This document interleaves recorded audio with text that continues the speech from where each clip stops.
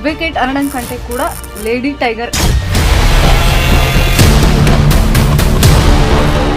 న్యాయవాదిగా పిలవచ్చా లేకపోతే మాజీ పొలిటీషియన్ అని పిలవచ్చా? ఒక మహిళా న్యాయవాదిగా చూడండి. అన్న నన్ను తప్పు చేస్తున్న కాలర్ పట్టుకొని ప్రశ్నించమనేవారు. అది చాలా బాగా నచ్చేది. పవన్ కళ్యాణ్ గారి కోసం ఎంతమందిని అరిచేసి ఉంటాను, తిట్టేసి ఉంటాను కూడా. సో అన్నని జోగి రమేష్ గారి గతంలో స్టేజ్ మీద చాలా మాట్లాడినప్పుడు కోపం వచ్చి ఆయన గురించి, ఆయన భార్య గురించి కూడా మాట్లాడేశాను. పవన్ కళ్యాణ్ గారు అంటే మీకు ఎందుకు అంత ఇష్టం? జగవీర, భగత్ సింగ్, ప్రాణం కోసం.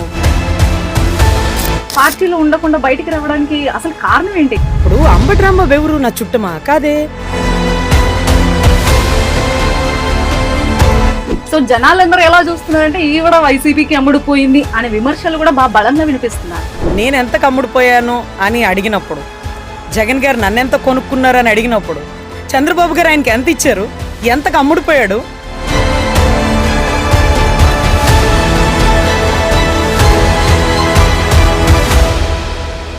17 మెడికల్ కాలేజీలు ప్రైవేటీకరణ చేస్తుంటే మీరు ఎందుకు ప్రశ్నించారన్నా?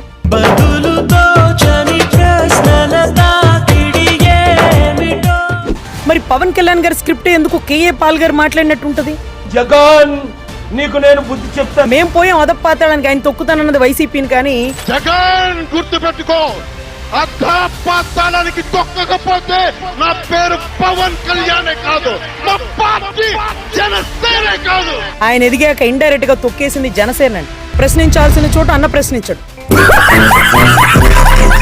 ఈ రోజు పవన్ కళ్యాణ్ కి అగైనెస్ట్ గా మాట్లాడుతున్నారు అనే దాన్ని చాలా మంది దాన్ని జీర్ణించుకోలేక మీ మీద విపరీతంగా కూడా ట్రోల్స్ చేశారు. ప్రతి దాంట్లో తనను తాను తగ్గించుకుని జనసేనని 100 అడుగులు తగ్గించి రాష్ట్ర అభివృద్ధి, బడుగు బలహీనులను ఇంకా కొన్ని వెయ్యింతలు తగ్గిస్తూ తను ఎందుకు అంత కిందకెళ్ళిపోవాలి? మారాలి మారాలి. కరోనా టైంలోనే కోర్టు ఆర్డర్లు తీసుకొచ్చింది నేను ఒక్కదాన్ని.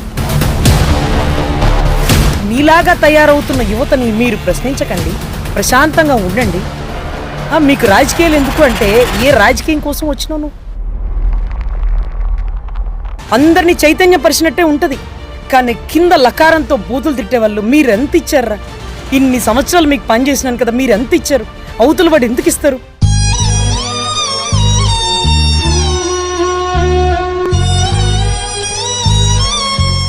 ఒకవేళ జగన్ గారు నన్ను కొనుక్కున్నారేమో అంటే చంద్రబాబు గారికి ఎంత కమ్ముడిపోయాడు పవన్ కళ్యాణ్ గారు? చెప్పండి, ఓపెన్ ఛాలెంజ్.